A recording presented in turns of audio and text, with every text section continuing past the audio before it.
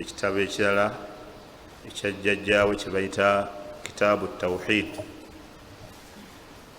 Imaamu Muhammad bin Abdul Wahhab mulyango guno ogw'okukoowula abantu okubazza eri shahada nga naye kwekwawula Allah tabaraka wa taala yagutandika ne aya egamba qul hadhihi sabili, bagambe eryo lyekkubo lyange, ad'u ila Allah, nkowoola abantu nga mbazza eri Allah subhanahu wa taala, ala basiratin, nga mbakowoolera ku kumanya, ana wa man ittaba'ani, nze n'oyo yenna anangoberera mu eryo ekkubo. Wa subhanallah wa subhanallahi wa ma ana min almushrikin. Allah yayawukana n'atukula era n'agamba nti ye tali mu bantu abagatta ku Allah. Twakiraba bulungi buli kyewedde nti omuntu bw'omala okutegeera Allah n'otegeera tawhid n'otegeera obulungi bw'okwawula Allah subhanahu wa ta'ala, ng'olina abantu b'owangala nabo, bayinza okuba mukola nabo, baliraanwa bo, famire yo, abaana bo, mukyala wo, kikkakatako okukoowoola abantu abo okubazza eri tawhid. Aya eyo gye twali tunyonyola buli kyewedde, Imaamu Ibnul Qayyim rahimahullahu ta'ala bwe yali ayogerako eyo aya yagamba maana qawluhu ta'ala ud'u ila sabili rabbika bilhikmati walmaw'idati alhasana, kowoola abantu okubazza eri Allah waabwe subhanahu wa ta'ala bilhikmati, ng'okozesa hikma. Hikma kibayita hikma huwa wad'u shay fi mawdi'ihi, ekiyitibwa hikma kwe kuteeka ekintu mu kifo kyakyo. Hikma kitegeeza kuteeka kintu mu kifo kyakyo. Kowoola abantu buli omu mu ngeri emusaanira. Walmaw'idati alhasana, n'okubuulirira okulungi. Wajadiluhum billati hiya ahsanu, era obeere ng'obanyonyola n'ekyo ekisinga okubeera ekirungi. Aya eyo eri mu suratu an-Nahl aya 125. Imaamu Ibn Qayyim bwe yali agyogerako yagamba dhakara subhanahu wa ta'ala maratib ad-da'wa. Allah yayogera amadaala oba emiteeko egy'okukola daawa, amadaala g'okukola daawa Allah subhanahu wa ta'ala yagogera n'agamba waja'alaha thalatha. Imaamu Ibn Qayyim agamba amadaala g'okukolamu daawa mu eyo aya Allah yagafuula amadaala asatu. Waja'alaha thalathata aqsami, daawa ku bantu be tugikolamu Allah yabateekamu emiteeko esatu. Bihasabi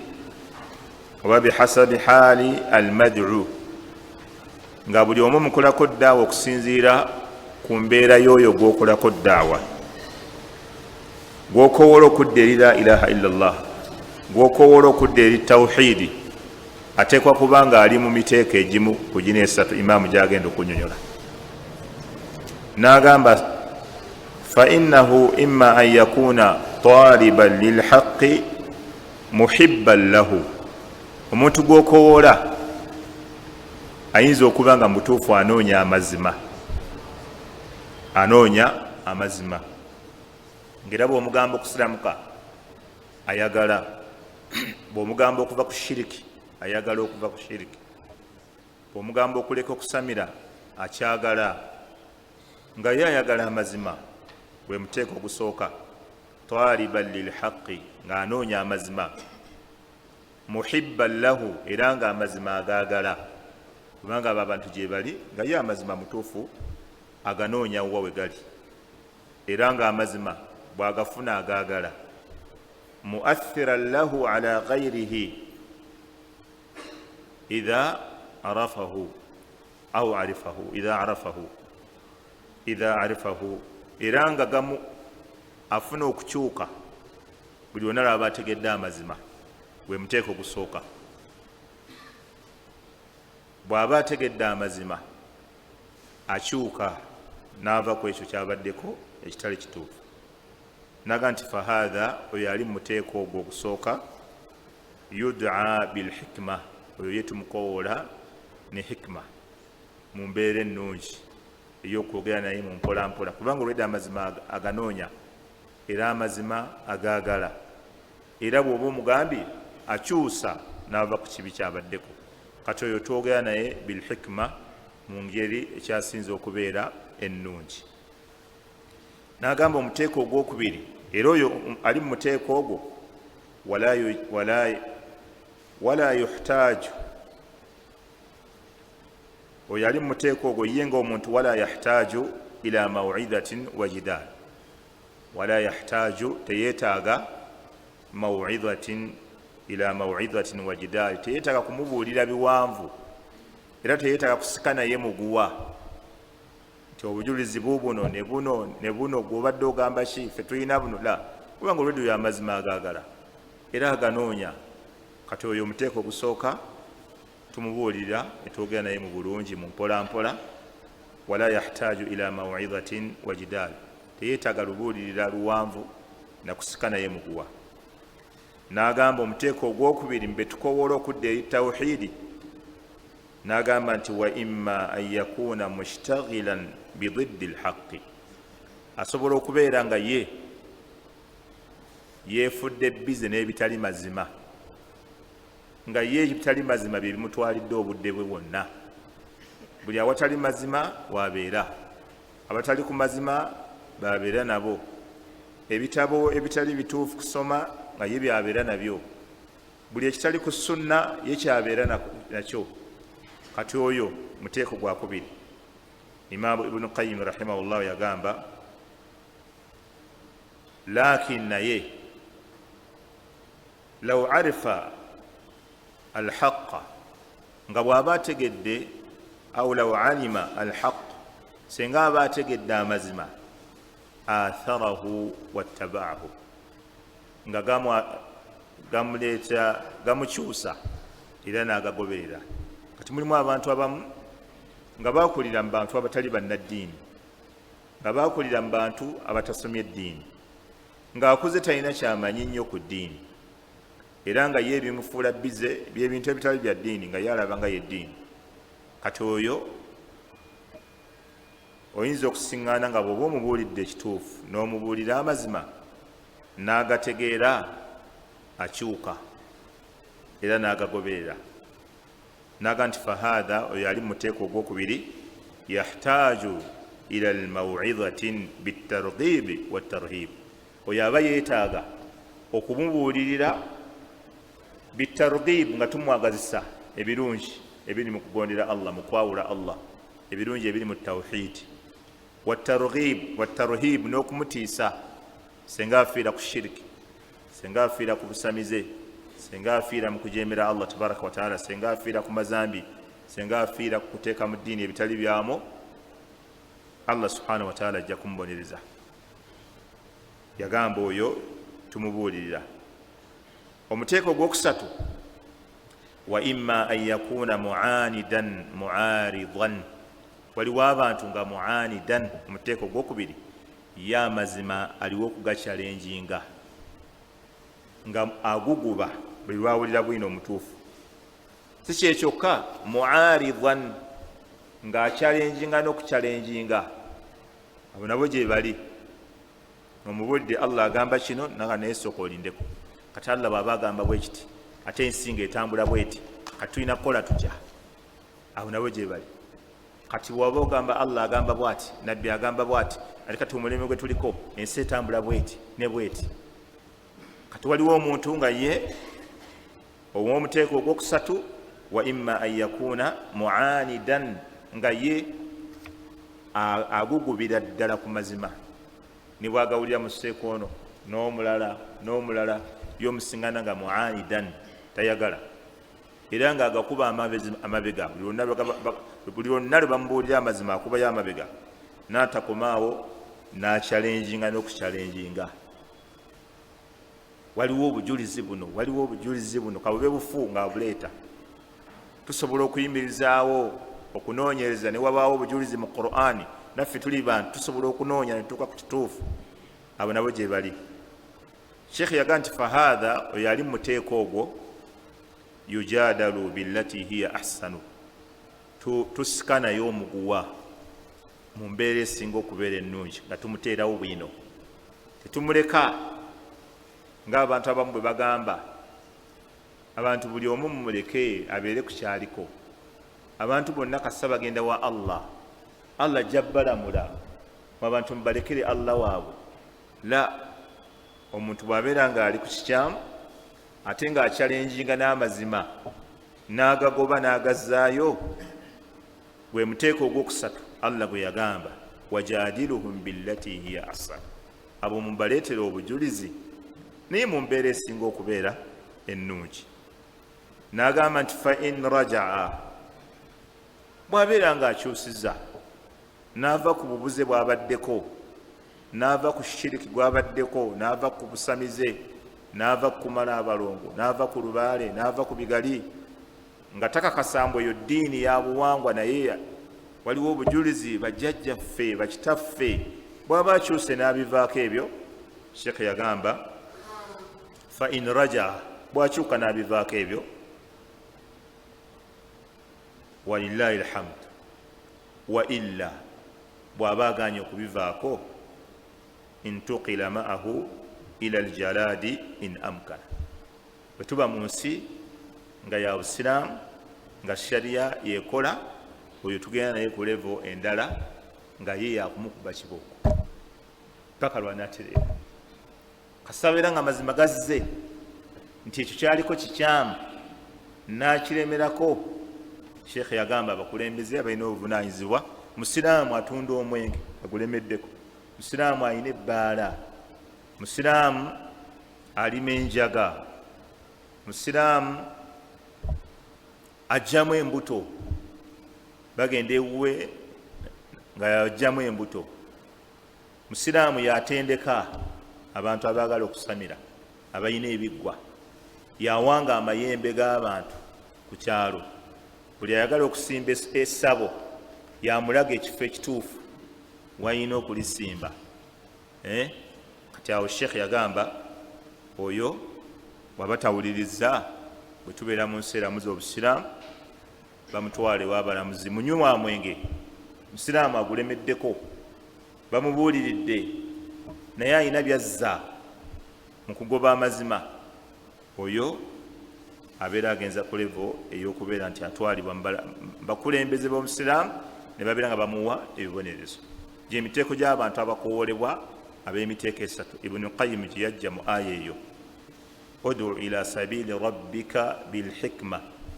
Omuteeko ogusooka tugukozesa daawa, tukola daawa tubakoowola bilhikma. Be baluwa be tukolako daawa ne hikma, yagamba beebo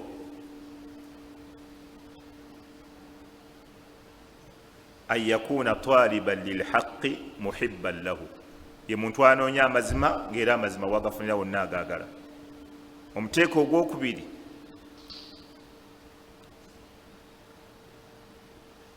ud'u ila sabili rabbika bilhikmati walmaw'idhati alhasana, betubuulira olubuuliriro olulungi, kubanga ogwo omuteeko ogusooka tayagala kubuulirira, kasita omuleetera obujulizi kalaasi kiba kiwedde.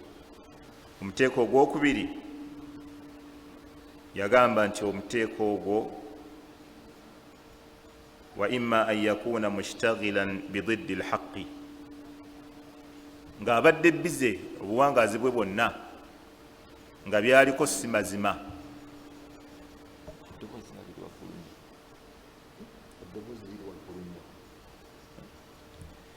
Nga byaliko si mazima. Waliwo abavubuka bangi bawangaala ng'eno e Uganda nga bawangaalidde mu famire ezirimu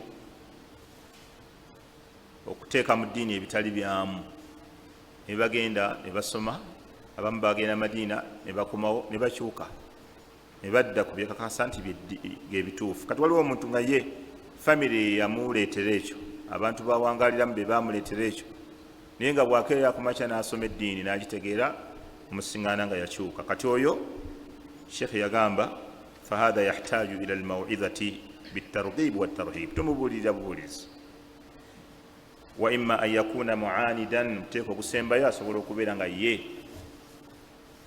agaana amazima era agakyalenjinga buli wonna wabeera agasanze. fahadha yujadalu billati hiya ahsanu, yetumubuulirira n'embeera esinga okubeera ennungi. waqala aidan sheekh ibn qayyim era nayongera n'agamba rahimahullahu taala walfarqu baina hubbi limamati wadda'wati ila Allah wa hubbi riyasa huwa alfarqu baina ta'zimi amri llah wannushi lahu wa ta'zimi annafsi wassa'yi fi hadhiha. Sheikh ibn Qayyim rahimahullahu ta'ala wano yagenda maaso ate nga nnyonnyola abakola ddaawa kati bo bennyini abakola ddaawa. wiiki ewedde nga twayogera ku baseeka kiwato, kati abakola ddaawa nabo Ibnul Qayyim rahimahullahu ta'ala yagamba nabo balimu emiteeko era nga ebiri. waliwo omuntu akoowoola abantu eri tawhiidi, eri okusiramuka, eri okwawula Allah tabaraka wa ta'ala, naye nga ayagala abantu bano bateeke mu nkola amateeka ga Allah. waliwo ogwo omuteeko nga ye abakoowoola ayagala bateeke mu nkola amateeka ga Allah. ogwo omuteeko mu badduaati mweguli. n'agamba omuteeko ogwokubiri, mulimu abantu abakoowoola abantu naye nga ye anoonyamu bukulembeze n'ebyo ebinaagasa omwoyo gwe. ogwo nagwo omuteeko gwakubiri mu bantu atabakoowola abantu okubaza eri tawhiidi. era ekyo kikulaga nti si buli yenna akoowoola abantu abakoowoola kubazza eri kituufu. waliwo oli ayagala okukoowoola abantu naye ng'anoonyamu emigaso eginadda gyali. kati Imaamu Ibn Qayyim rahimahullah kyava agamba, waqala aidan n'agamba walfarqu, enjawulo baina hubbi limamati wadda'wati ila Allah, enjawulo eriwo wakati w'okwagala, baina hubbi limama, okwagala obukulembeze, wadda'wati ila Allah, n'okukoowoola abantu ng'oli abazza eri Allah, wa hubbi riyasa, n'okwagala obufuzi ng'oli ayagala bufuzi, ayagala kukulembera. huwa alfarqu baina ta'zimi amri llah, yenjawulo eriwo wakati w'okugulumiza ebiragiro bya Allah, wannushi lahu, n'okubanga oli abuulirira abantu ababuulirira ku lwa Allah, wa ta'zimi nnafsi wassa'yi fi hadhiha, n'oli okuba nti ye ayagala kugulumiza mwoyo gwe nakutakabana era ebyo ebinaamufunyisa omugabo ogudde eri omwoyo gwe. mu bufunze na Ibn Qayyim ki kyatugamba? atulengezza nti badduaati ba mirundi ebiri. daa'i akoowoola abantu ng'ayagala badde eri Allah subhanahu wa ta'ala era bamugondere. ate waliyo daa'i akoowoola abantu nga ye ayagala byanfuna, ayagala miganyiro gya ddaawa ye egidde eri ye byasomesa. kati n'agamba nti enjawulo eriwo wakati walfarqu baina hubbi limamati wadda'wati ila Allah wa hubbi riyasa. waliwo abantu babiri wano ba miteeko ebiri kati imaamu abaleesi mu kunnyonnyola. waliwo omuntu akoowoola abantu naye ng'ayagala bukulembeze obw'eddiini, obwa imaamu, obw'okuluŋŋamya abantu. ogwo muteeko. akoola abantu ng'ayagala bukulembeze obwa imaamu obutavumiribwa wabula obw'okuluŋŋamya. Kino gundi nakimusomesa, kino gundi nakimuyigiriza.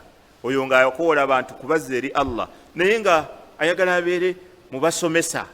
Kati nga bw'olaba mu bantu abatuula mu madarasa waliwo oli eyegomba okubeera omusomesa w'eddiini ng'asaba ati mu baana bange Allah fuulira wamu omusomesa ow'eddiini. Kati waliwo omuntu ayagala obukulembeze obwo obw'okukola ddaawa okuzza abantu eri Allah era agenda kukigaziya nnyo kitegereke wano mu maaso. Yagamba ogwo omuteeko weeguli ng'oli ayagala kubeera imaamu, ayagala kubeera muwalimu, ayagala kukoola abantu kubazza eri Allah. Kati ate ne waliwo enjawulo kwoyo wa hubbi riyaasa n'omuntu ayagala ye okufuga. Kubayo ebintu bingi byanjawulo, kukulembera n'okufuga. Waliwo ate yooli nga yagala abantu bakola ki, bagenda kufuga, bagenda kufutubbalako. N'agamba nti wa hadha alfarqu, enjawulo eyo baina ta'dhimi amri wa huwa alfarqu, yenjawulo baina ta'dhimi amri llahi wannushi lahu. Yenjawulo eriwo okuba nti ono asooka ekigendererwa kye ta'dhimu llah, ta'dhimu awamiri llah. Ono ayagala abantu abasomese bagulumize amateeka gaani. Yagala huwa alfarqu baina ta'dhimi amri llah wannushi lahu. Yayagala abantu bagondere ebiragiro bya Allah. Yoli asoose ayagala obukulembeze obwa imaamu, ayagala obuwalimu. Oyo ayagala abantu abakulembere mu kugondera ebiragiro byani bya Allah, okuteeka mu nkola ebiragiro bya Allah, n'okwebuuliragana nga beebuuliragana ku lwa Allah. N'agamba wa ta'dhimi annafsi wassa'yi fi hadhiha. Ate ono owookubiri ye ekigendererwa kye aba anoonya mu kusomesa kwe kuno, anoonyamu ta'dhimu nafsi, okubeera owa waggulu, wassa'yi fi hadhiha, n'okuba nga afuna emigaso egidda eri omwoyo. Anoonya obukulembeze buno riyaasa, oli anoonya imaamu, anoonya bwa imaamu mu ddiini, kulembera abantu mu ddiini. Ate ono anoonya abantu kubafuga, ono anoonya abantu okubafuga. Emigaso gy'abaakola gyonna, gy'abaasomesa gyonna, by'abanoonya byonna, aba atakabanira mwoyo gwe nakufunamu kyamisana. N'agamba Sheikh rahimahullahu ta'ala, fa inna nasiha lillah, omuntu abuulira abantu ku lwa Allah, badde eri tawhid, baawule Allah. Yagamba omuntu oyo yuhibbu, ye kyaba anoonya, kyaba yagala, ayyutaa rabbuhu fala yu'sa, aba anoonyamu Allah agonderwe aleme kujemerwa. Omuteeko ogusooka, atayagala bufuzi wabula nga yeyagala bukulembeze, tayagala bufuzi wabula yasomesa abeere omukulembeze mu ddiini. Oyo ye ekimufuula ow'enjawulo, yuhibbu, ayagala ayyutaa rabbuhu, Allah wakola eki, agonderwe, fala yu'sa, aleme kujemerwa. Wa an takuna kalimatuhu hiya al-ulya, era kyaba anoonya ekigambo kya Allah ekya tawhidi n'obusiraamu busigale nga bwe buli waggulu. Wa an yakuna diinu llahi, wa an yakuna diinu llah, era n'okubeera ng'eddiini ya Allah huwa a'la shay, kyekintu ekiri waggulu mu byonna. Kyeyagamba nti wa an yakuna ddiinu kulluhu lillah, wa an yakuna ddiinu kulluhu lillah, eddiini ebeere nga ekolebwa abantu gye basinzizaamu, abantu gye basabiramu Allah, abantu bonna gye balina okukolerako nga yeddiini ya Allah. Wa an yakuna al-ibaadu, era oyo omuntu yayagala obwa imaamu bw'eddiini kyaba ayagalamu, wa an yakuna al-ibaadu, kwe kubeera nga abaddu ba Allah bonna mumtathilina awamirahu nga bateeka mu nkola ebiragiro bya Allah eyabatonda. Ekyo aba anoonya imaamu anoonya abantu babeere nga bateeka mu nkola ebiragiro byani. Akuleetera enjawulo eriwo wakati wa imaamu n'omukulembeze ow'ebyedduniya ayagala ebyedduniya newankubadde naye ayinza okukowoola abantu nga abazze tawhidi naye nga yayagala bufuzi. Ono ayagala obukulembeze bw'eddiini, ayagala obuwalimu mu famire ye, ayagala obuwalimu mu baana be. Abakowooze b'eddiini kye bakola abannamaddala kye baba baagala kwe kubeera nti Allah agonderwa tajeemerwa, bo kyekigenderwa kyabwe. Ekyokubiri ekigambo kya Allah la ilaha illa Allah kibeere nga kyekiri waggulu.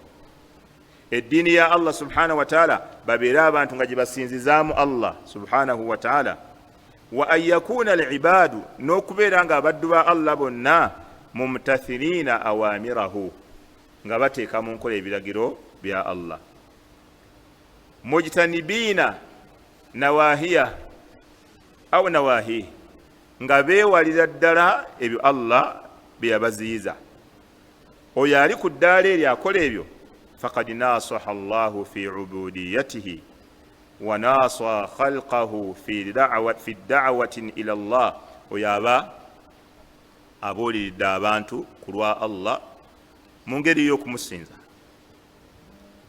n'okubeera nga yeebuuliridde era n'abuulirira abaddu ba Allah mu kubakowoola okubazza eri Allah. Fahuwa yuhibbu al-imaama, oyo aba ayagala obukulembeze fi ddiini, mu bukulembe muki mu ddiini. Peegi 95 aba ayagala obukulembeze. Fahuwa yuhibbu al-imaama, oyo aba ayagala obukulembeze fi ddiini, mu bukulembeze buno obw'eddiini.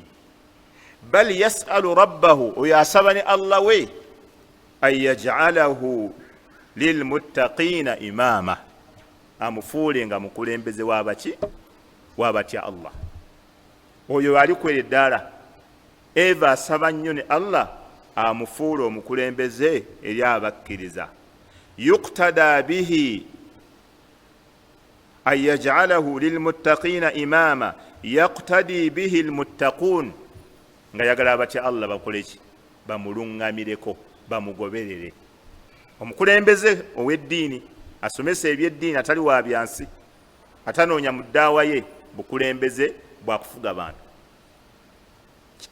Akkirizibwa n'okusaba Allah amufuula omukulembeze mu ddiini, abantu babeere nga bamugoberera, abantu babeere nga bamulungamirako. Kama qtada huwa bilmuttaqiin, nga naye bwe yalungamira ku batya Allah abaamukulembera.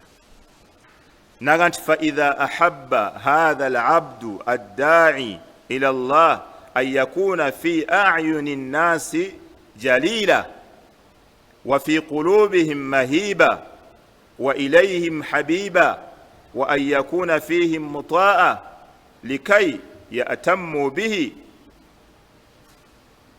ويقتفوا أثر الرسول صلى الله عليه وسلم على يديه لم يضره ذلك. olaba bwayawudde imaamu omutya Allah, imaamu akola ddaawa entuufu, imaamu akoola abantu eri tawhidi omutuufu, imaamu akoola nga yitagala bukulembeze bwansi.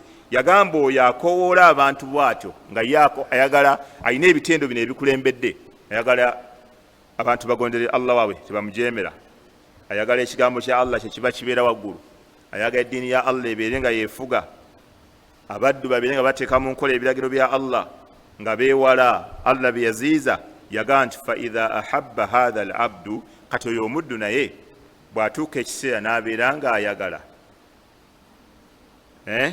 fa idha ahabba hadha al-abdu ad-da'i, oyo akoola abantu ila Allah an yakuna fi a'yuni nnasi jalila, okubeera nga yalina ekifo mu maaso g'abantu, naye ayinamu ekitiibwa kye bamuwa nga sseka waabwe, nga imaamu waabwe, nga munnaddiini waabwe. Bw'aba naye atuuse n'aba nga ayagala abantu bamuweemu ekitiibwa olw'ekyo kyakola. Wa fi qulubihim mahiba, babeere nga n'emitima gyabwe ayinamu ekifo bamugulumiza nga sseeka waabwe mwalimu waabwe. Wa ilayhim habiba, ng'era eri abantu babo bakola ki? bamwagala ng'abantu bwe baagala abawalimu baabwe. Wa an yakuna fihim mutaan, era omuddu oyo singa abayagala abeere mu baddu abo nga bamugondera, bw'abagamba ebintu nga basuula ebitali bituufu, bw'abagamba ebituufu nga bakola ki? Nga bakola. Likai yatammu bihi, nga kyayagala bamuwe obudde bamufeeko, yatammu bihi, bamugoberere nga ye imaamu waabwe. Kyayagala yagamba wayaktafu athara rasuli sallallahu alaihi wasallam, era nga yagala abantu bagoberere obuufu bwa nabbi Muhammad sallallahu alaihi wasallam, nga bagamba bane kino nabbi teyakikola, kino nabbi yakikola, bane kino kyetaaga bujulizi, kino tekiriiko obujulizi mukireke. Nga kyanoonya ayagala abantu bagoberere obuufu bw'omubaka sallallahu alaihi wasallam ala yadaihi, nga bayitidde kuki? Ku mikono gye, bayisidde ku ddaawa ye, bayitidde kukowoola kwe, nga ayagala abantu. Singa gundi aluŋŋama, singa gundi atadde mu nkola, nze gundi yansomesa kino nenkireka, nze nali simanyi kino naye nakiwulira kuseka gundi nenkireka. Kati bw'abanga awulira ayagala abaddu bamugoberere, bagoberere obuufu bwa nabbi nga bayitira ku mikono gye, lam yadurruhu dhalika, oyo talina kyakosebwa mu ddaawa ye. Ekyo tekirina kikimukosa. Okitegedde bulungi? Omukowooze oyo imaamu akoola abantu kubazza eri Allah, kubazza eri tawhid, naye nga yagala abeereko n'ekifo naye mu bantu, yagala abantu bamwagale, bamugoberere, bateeke mu nkola byagamba. Yagamba ekyo tekirina kyekikosa daawa ye. N'agamba rahimahullahu ta'ala, bal yuhmadu alayhi, asuutibwa na busuutibwa olw'ekyo kyaba akoze, tumusuuta busuusi. Liannahu daa'in ila Allah, kubanga liannahu daa'in au daa' ila Allah, daa' ila Allah, kubanga yakowoola abantu kubazza waani?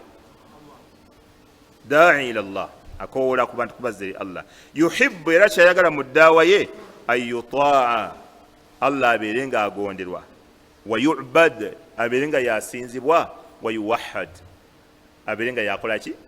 Yatongozebwa mu bwa Katonda bwe, mu bwa Allah we. Ye kyayagala mu ddaawa ye. Fahuwa yuhibbu ma yakunu awnan ala dhalika musilan ilayhi, era oyo ye fahuwa yuhibbu, aba ayagala ma yakunu awnan ala dhalika, ebinaamuyambako okutuukiriza ekyo. Aba ayagala ebinaamuyambako, musilan ilayhi, ebinaamutuusa eri ekyo ekigendererwa ekyokugondera Allah abaddu.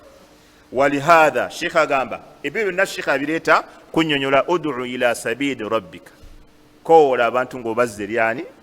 Eri Allah waabwe, eri ekkubo lya Allah waabwe tabaraka wa taala. Walihaadha, nawekityo dhakara Allahu subhanahu wa taala ibadahu alladhina ikhtassahum linafsihim, n'agamba nti byayogera si bigambo bye, wabula agamba kyova olaba. Walihaadha, n'olwekyo dhakara Allahu subhanahu wa ta'ala ibadahu, Allah yayogera ye yennyini abaddu be, alladhina ikhtassahum linafsihi, be yakola ki? Be yeeyawulira n'abalonda ye kennyini nga baddu be. Wa athna alayhim, era n'abasuuta n'okubasuuta, fi tanzilihi, mu kitabo kye mu Qur'ani, mu mateeka agakka. Wa ahsana jazaahum yawma liqaa'ihi, n'alongoosa nnyo n'empeera yaabwe olunaku lwe bagenda okukola ki? Okumusinkana. Fadhakarahum bi ahsani a'malihim wa awsafihim, Allah yaboogerera na kwogera mirimu gyabwe emirungi n'ebitendo byabwe.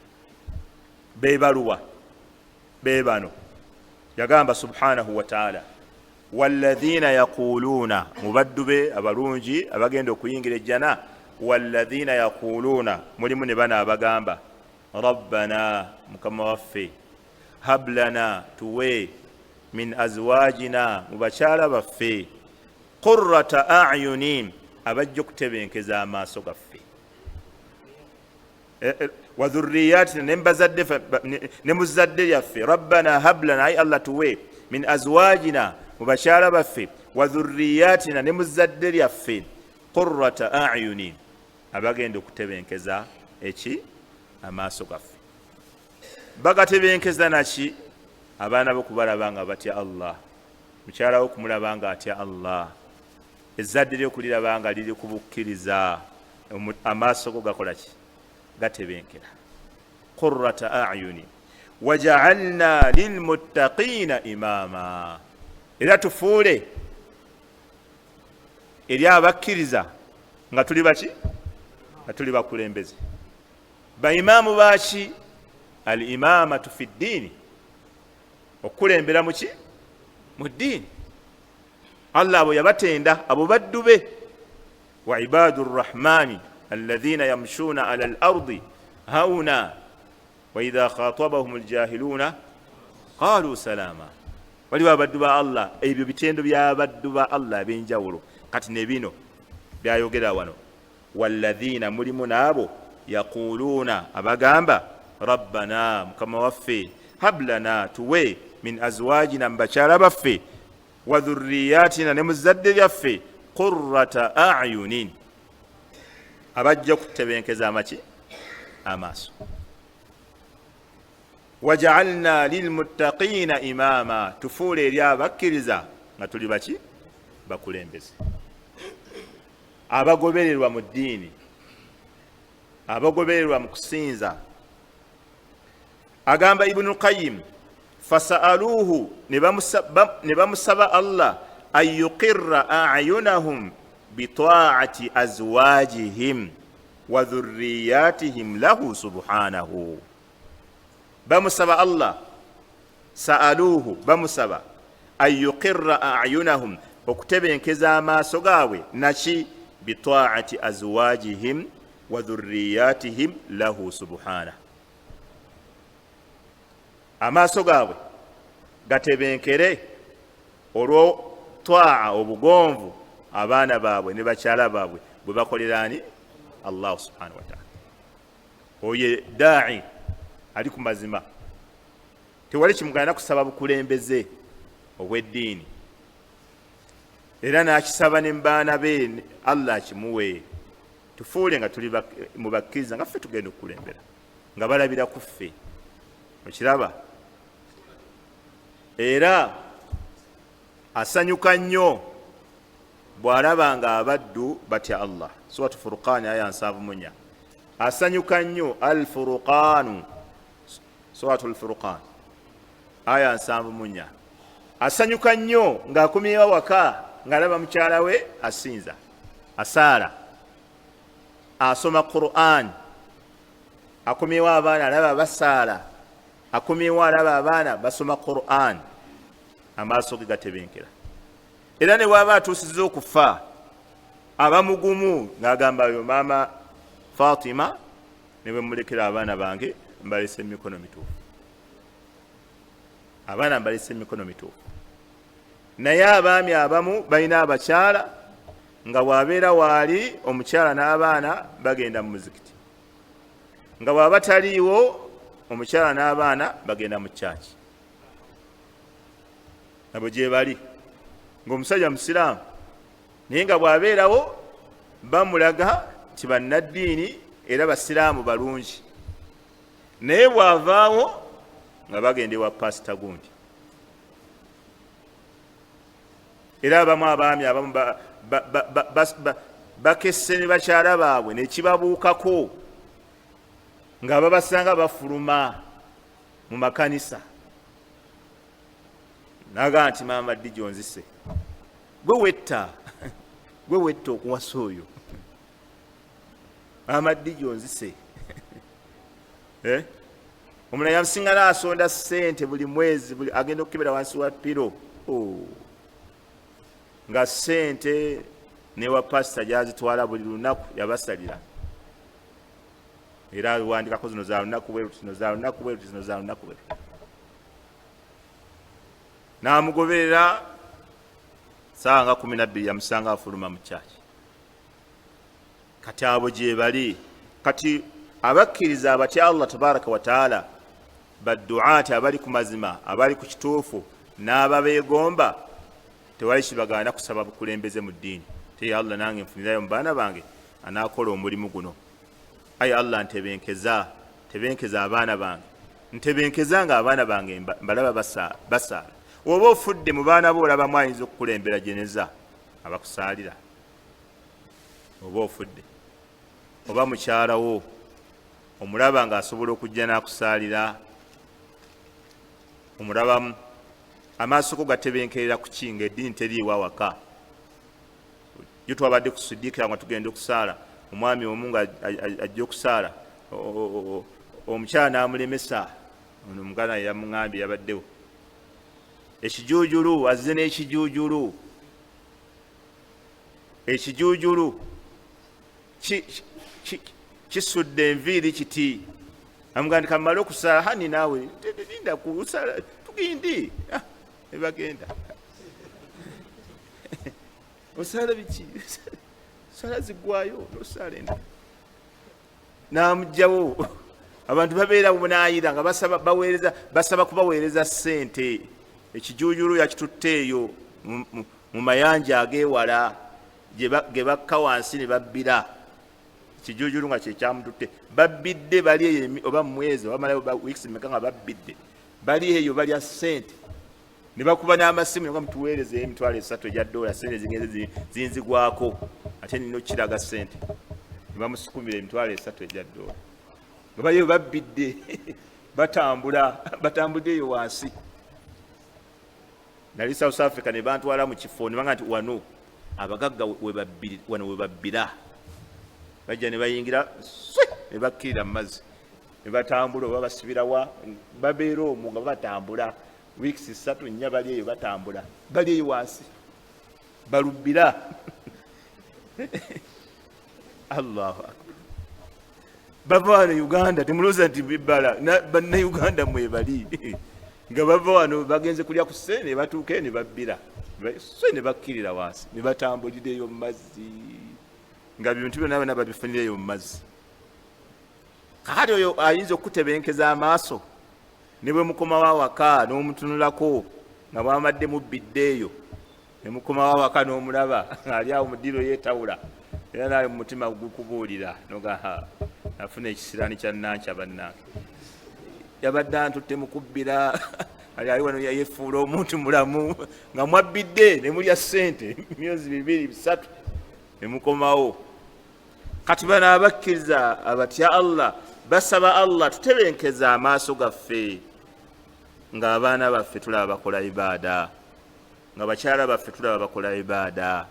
Ne bw'oba ofudde n'ovaawo okakasiza ddala nti abaana bano mbalese emikono mituufu. N'agamba Sheikh Ibn Qayyim, fa inna al-imama, omukulembeze, wal mu'tam, n'ono agoberera omugoberezi w'abaimaamu, mutaawinaani ala taa'atihi, bonna baba bayambagana ku nsonga ya kugondera Allah. Baimaamu badduaati, abakulembeze, abawalimu n'abagoberezi baabwe bonna baba ku mulimu omukulu gwa kuyambagana. Bonna bagonderani Allah waabwe subhanahu wa ta'ala.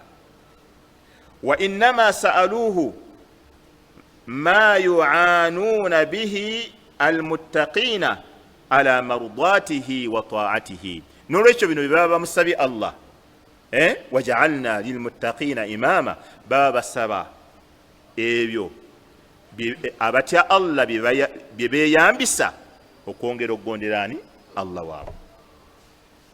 Qala ta'ala, Allah agamba waja'alna minhum a'immatan yahduna bi amrina lamma sabaru wa kanu bi ayatina yuqinun.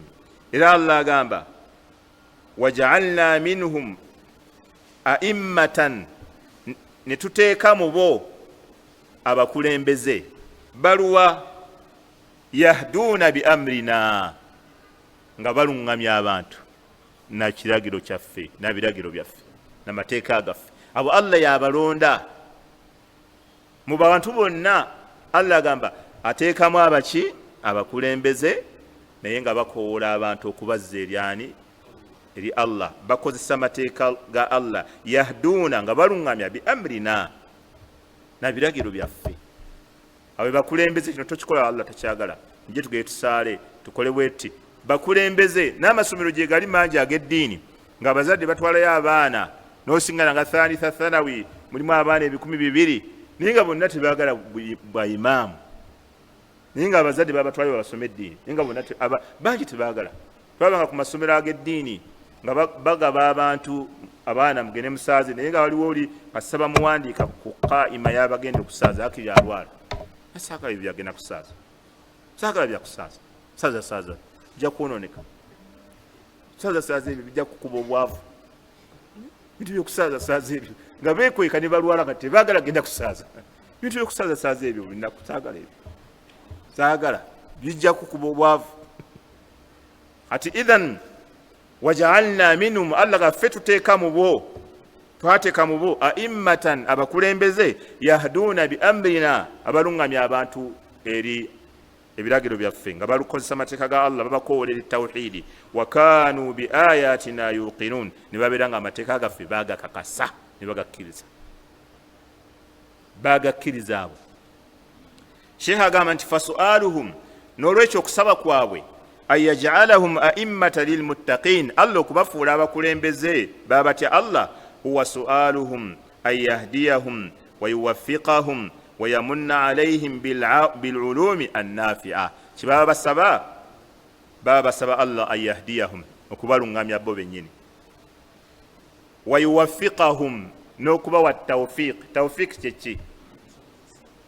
Okubasobozesa, kubanga tawfiq mu lulimi Olwarabu baba batera okivunula, batera okugamba huwa i'anatullahi, kwe kuyamba kwa Allah, li'abdihi, eri omuddu we, ala tahqiqi muradihi, okutuukiza kyaba ayagala. Iyo tawfiq, ekyo bayita tawfiq.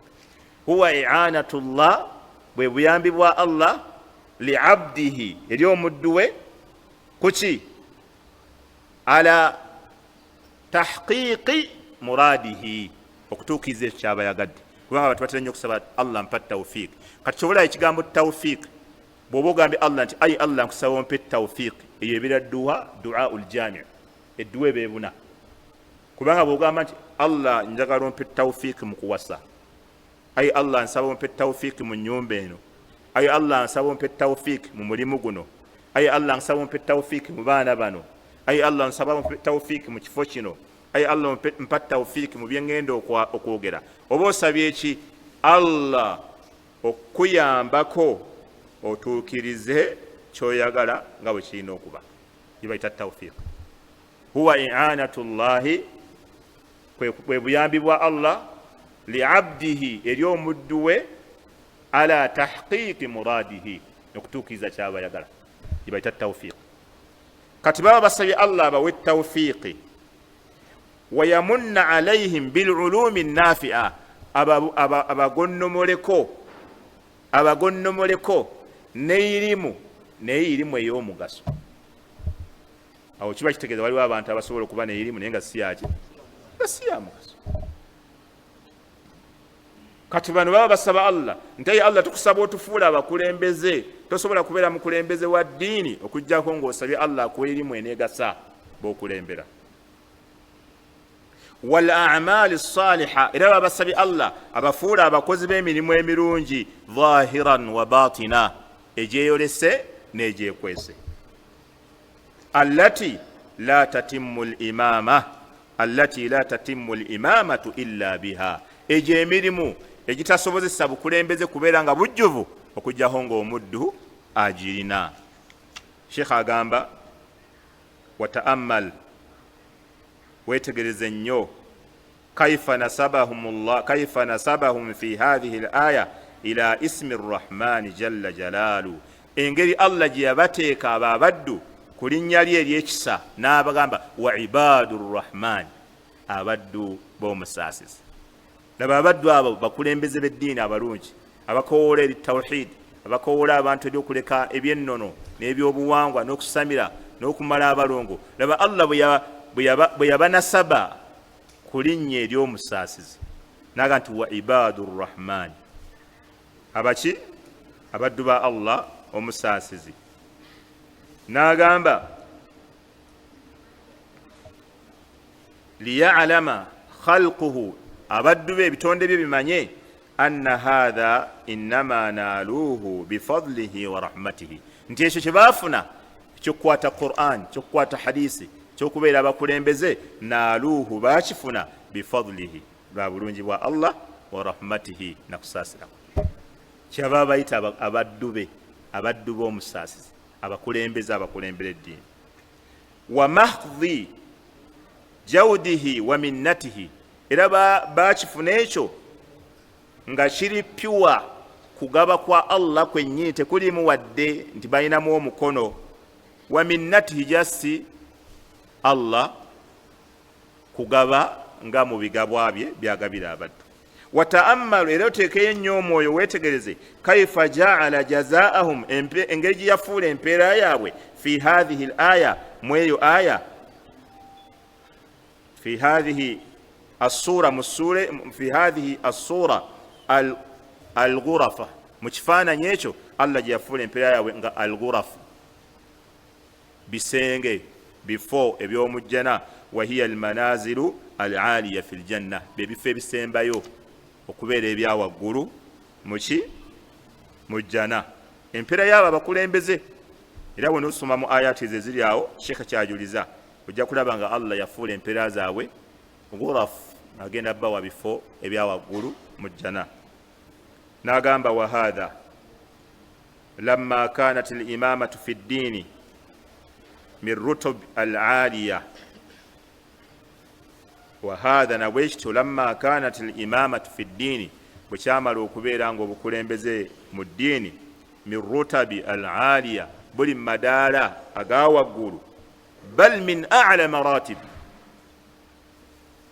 nakikyusa nokikyusa naga bal olwokuba bal abamanyi olulimi olwarabaga bal etegeeza al istidrak okujjuuliriza kiri kyobadde osoose okwogera tastadrik ne lakin oli bwayogera mu warabu naga lakin naye tegeeza biri ebisooka abanga abijjewo yastadrik abanga atereeza kiri ekisoose naga nti bal nekiri ekituufu kiri min a'la maratibi yu'taha al-abdu fi dunya okulembera ng'oli mukulembeze wa ddiini lyeddaala erikyasinza okubeera eryawaggulu mu madaala gaawe abaddu ku nsi kuno okubeera ng'oli mukulembeze wa ddiini kibala twagamba mu kutuba emu nti bayimaamu abakulembeze b'eddiini byebitonde ebikyasinza okubeera ebitonde ebyagalwa mu nsi muno eri Allah subhanahu wa ta'ala abakulembeze b'eddiini byebitonde ebikyasinza okubeera ebiganzi mu maaso ga Allah wa in ihtaqarahum an-nas abantu bonna ne babalengezza ne batabalabawo ne babayita abawalimu byebitonde ebisinga okubeera ebyebbeeyi ku nsi kuno mu maaso ga Allah era abo Allah tabaraka wa ta'ala hum alladhina istashhadahum Allah ala amrin azim Allah be yaleeta ne bawa obujulizi ku nsonga ekyasinza okubeera ennene eyokumwawula yagamba shahida Allahu annahu la ilaha illa hu wal malaikatu wa ulul ilmi qa'iman bil qisti la ilaha illa huwa al aziz al hakim shahida Allah yawa obujulizi yeye waako obujulizi shahida Allah yeye nyini akola ki ye mujulizi namba 1 ye waako obujulizi ku nsonga ennene ekyasinza okubeera ennene shahida Allah ye waako obujulizi awa obujulizi annahu la ilaha illa hu tewali asinzibwa mu butuufu okujja kandi ye yali ku namba 1 mu kuwa obujulizi kwekyo yazzaako ki wal malaikatu ne baani ne bamalayika nabo bawa obujulizi kukuba nti ala wahdaniyati llah mu bwomu bwa Allah nti yasinzibwa abokusatu ba president balangira bannasayansi bayinginiya bamu'dhamu tujjar abasuubuzi babinyonkondo wa ulul ilmi ne bannanyini ki kumanya Allah be yazzaako ku namba 3 abala bonna abalekayo abo Allah yabaleeta kulaga kifo kyabwe naddaala lyabwe. Era abamanyi musomo ogujja kunoonya oba ogulabye ebigambo bya Ibn Qayyim byeyogera ku eyo aya, Allah byalaga eddaala ly'abamanyi ne lisukka nga imaamu ayogera ku eyo aya. Kimala bumazzi okuba nti bawaggulu an yaj'alahum llahu shuhada au an yaj'ala allahu tabaraka wa taala liimam shahidan ala hadha al-amr. Kimala okuba nti omukulembeze Allah amufudde w'eddiini nti ajulira ku eyo ensonga. Abakulembeze b'eddiini hum ahlullahi wa khassatihi, be bantu ab'enkizo ewa Allah era beyeeyawulira. Sheikh agamba nti wa hadha lamma kanat al-imamatu fi ddiini, bwe bwamala okubeera obukulembeze obw'eddiini nga kyekifo ekyawaggulu mu bifo byonna Allah byawa abaddu, kana jazaa'uhu alaiha al-ghuraf al-aliya fi l-janna, kyafuuka empeera nga Allah gyagenda okuwa abakulembeze baffe ab'obusiraamu ab'eddiini abali ku bituufu, ng'agenda kubawa empeera ey'ebifo eby'omujjana ebyawaggulu. Wa hadha bikhilaafi, ekyo kyawukanira ddala bikhilaafi riyasa, okwawukanako abakulembeze ab'ebyedduniya. fa inna talibiha au talibaiha, abanoonya ebyensi, yas'auna fi tahsiliha, bo baba banoonya mu kufuna obukulembeze obw'edduniya, liyanaalu biha agradahum, befunira ebigendererwa byabwe, min al-uluwi fi l-ardi, ng'okubeera nga be bawaggulu mu nsi.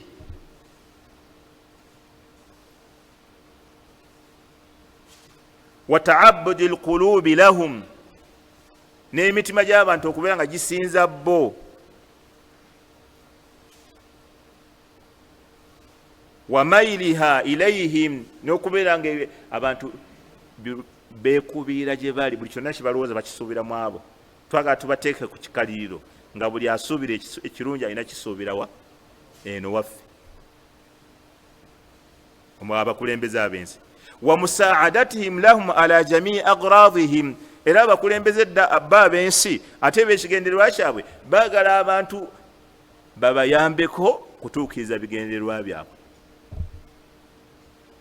ma kaunihim alina alaihim, awamu n'okubanga babafutubaddeko, kahirina lahum, nga buli kimu bakibakozesa ku mudumu gwa mundu, kumpaka mujja kikola, mujja gonda. Wala Ibn Qayyim bino bigambo bya Ibn Qayyim, bano baawukanya ddala ne bali abakulembedde. Bino si bituufu bino.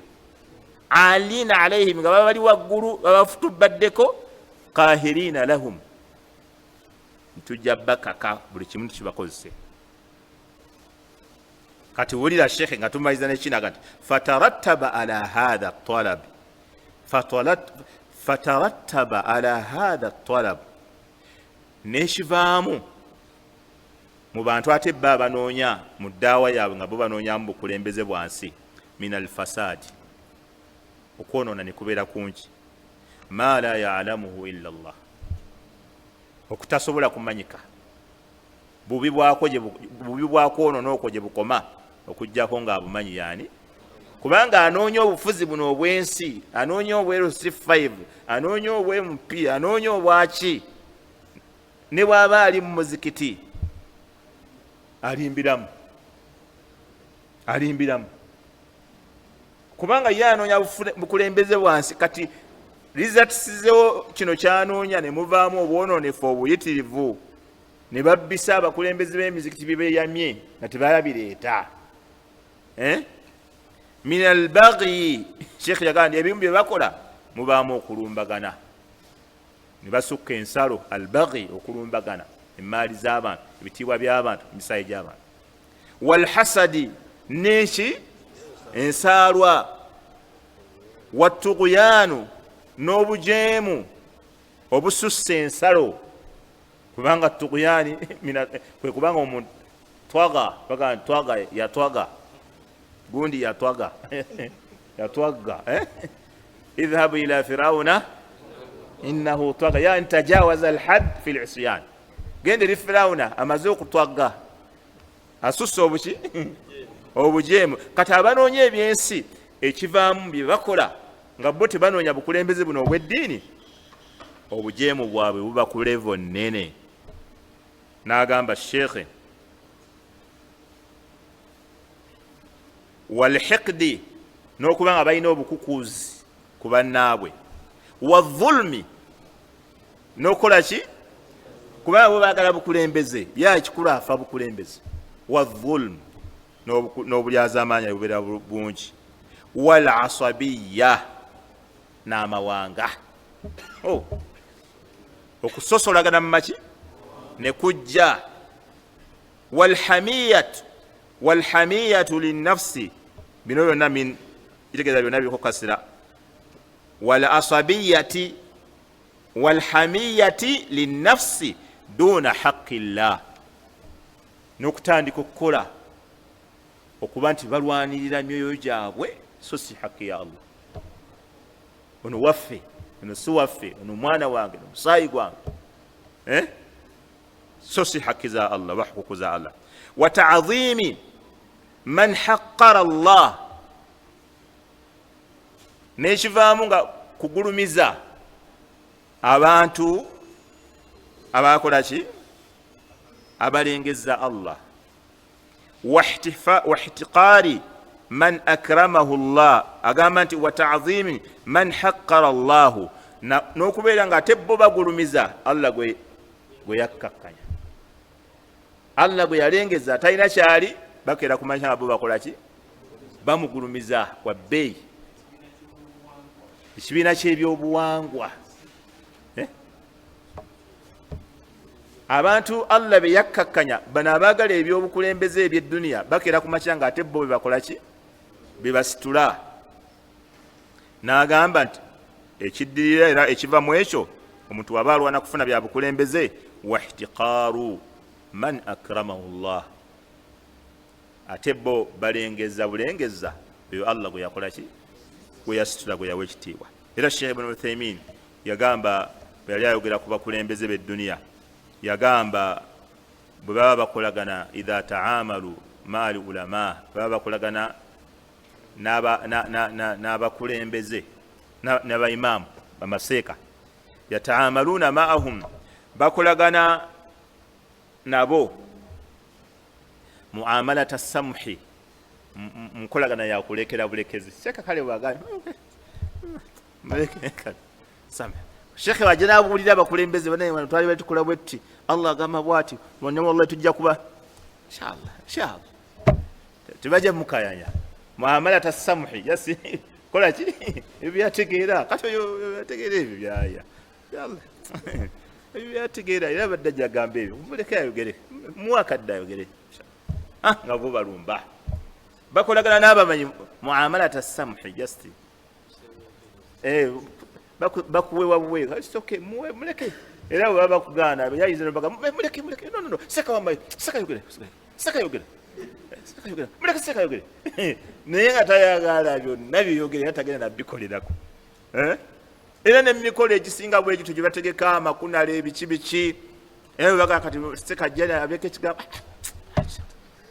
kyankalanya omukolo balindi banamuwedda bantu bamala okugenda ab'obuvunanyizibwa banamuwedda baagala ab'obuvunanyizibwa basokolo ajja kugirirawo ebintu nedda mulindeko ani amuwadde babuuza ani amuwadde seviri ani amuwadde ate omuzira mumulindeko kati abantu abanoonya eby'edduniya ebitiibwa amasape abantu allah beyakkakkanya ate bo be bakola ki kati awo ne baba bakawumuza seeka waliwo omukolo ogumu subhanallah baleeta seeka n'asomesa bamala okuleta seeka n'asomesa emusinaga kakati tubaye tusaba omuyimbi gundi n'amugera erinnya aveeyo kuba yatuuse edda mu nnyumba ajje attaanye ebigambo by'omuwalimu byava okwogera bwatyo byayogera attaanye ebigambo by'omuwalimu byakolaki byava okwogera abittaanye oba agenda kubittaanya ati kati Allah abantu omuntu ayagala ensi n'ebigendererwa ebyensi nga ye byagoba Sheikh agambye ebizibu ebizaalukuka mu ye biba bingi n'atandika obbimenya ensaalwa obulyaza amaanya okukola amazambi n'okulengeza Allah be yasitula ate n'asitula Allah be yakola ki kubanga yayagala byansi mu ddaawa ye akola ddaawa yakwagala byansi bamugamba oyo alimu oyo Sheikh mukulu yakututubulira yakhi yalaba nga ye mukulu yakhi waligende bakusonera yakututubulira yakhi waliwo omukulu kumutwale kuna Sheikh Mukisa Sheikh Mukisa ne bamuwa okusomesa kati nali ntudde omukyala sekaba agenda otandika bwatu somesa akutta omuzindalo omukyala agamba mwawule eddarasa n'embaga mwatukoya dda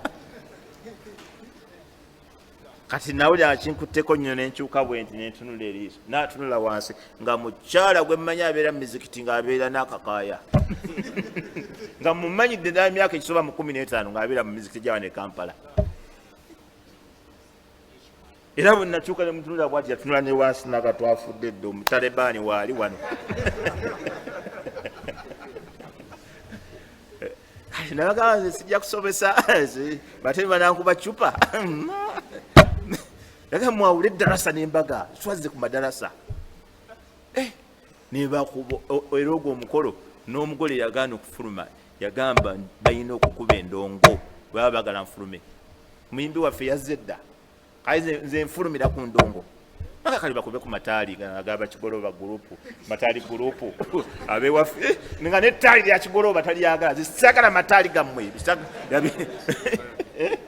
yabita bitaali sagala bitaali taali byammwe njagala gundi nantongoze yanfulumya mayimbi musiraamu twakoze haramu twanyidde embizi abayimbi twalese basiraamu mutwagazaki kati ebe kyali mbaga ebe kyali mbaga gabaga kyali masannalago kigoloba gwe gabaga afuuse eddakirala kati abantu abagala ennyo eduniya ezizatisi zaabwe bagenda okuwunzika nga Allah buli gwe yafuula ow'ebbeyi bo bamufuula wa wansi ate Allah gwe yafuula owa wansi bo gwe bakola ki bo gwe batiiti abo abayimbi abafulumya abagole bangamba babasaba ne millions 5 najja nayeyereza byeyayimba tayimba ayeyereza biri byeyayimba edda era bamala bimuteramu wali badije nyiga ne banyiga nabiyeyereza nabakyanga abiyeyereza byenyini byeyayimba edda babimunyigiramu wali natandika biyeyereza bukadobo alinye emmotoka n'agenda kalato abo walimu mwayisa abo walimu basatu haji n'atunula mu nsawo yawano omanyi yeno yebamu ennyangungu ani alinawo 5 awo bampeera emitwalo 5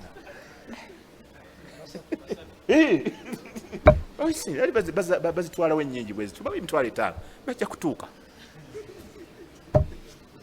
Allahu akbar aba walimu nga balaba ebizibu mu nsi muno omukolo gumu omusajja yatumya n'ekidongo kyekyali kibula nimuga ekyo kyekibulako sente mmeka millions n'azisasula ebakireeta baatuuka abo walimu abaaliyo yabawa emitwalo 15 abo walimu basatu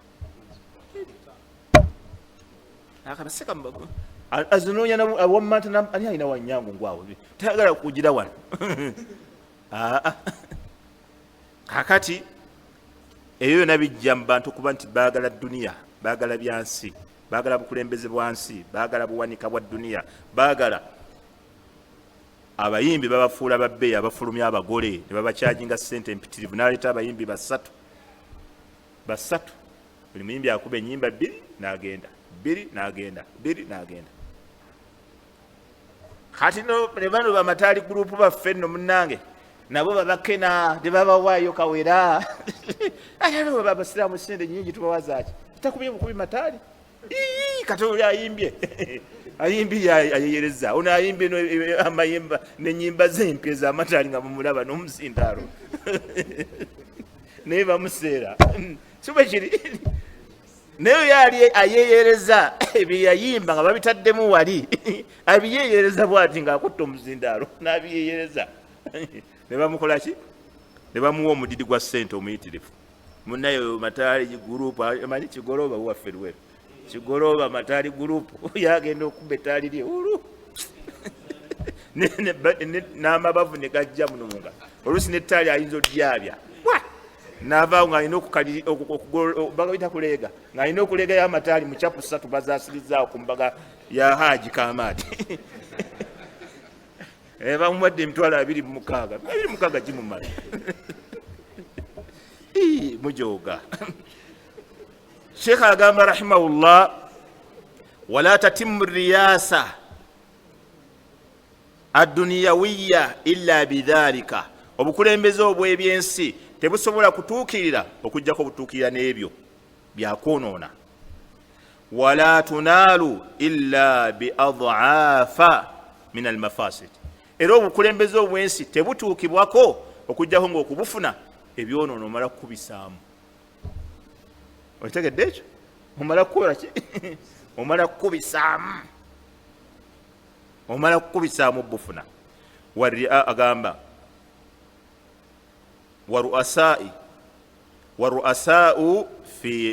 fi ama an hadha, waruasau naye awamu nekyo abakulembeze fi ama an hadha, balinga abazibu b'amaaso ku ebyo, bali mu buzibu bw'amaaso ku ebyo tebabiraba. N'olwekyo omuntu akoowola abantu okudda eri la ilaha illallah ateekwa kuba nga mukulembeze ng'anoonya Allah, nga si mukulembeze anoonya eby'edduniya. Oyo yakoowola abantu okubazza eri tawhidi owaddala. Era buli lwolaba omuntu nga takoowoola abantu kubazza eri tawhidi byaddala, omanya alimu obukulembeze obw'edduniya bwakola ki? Bwayagala. Wallahu ta'ala alam.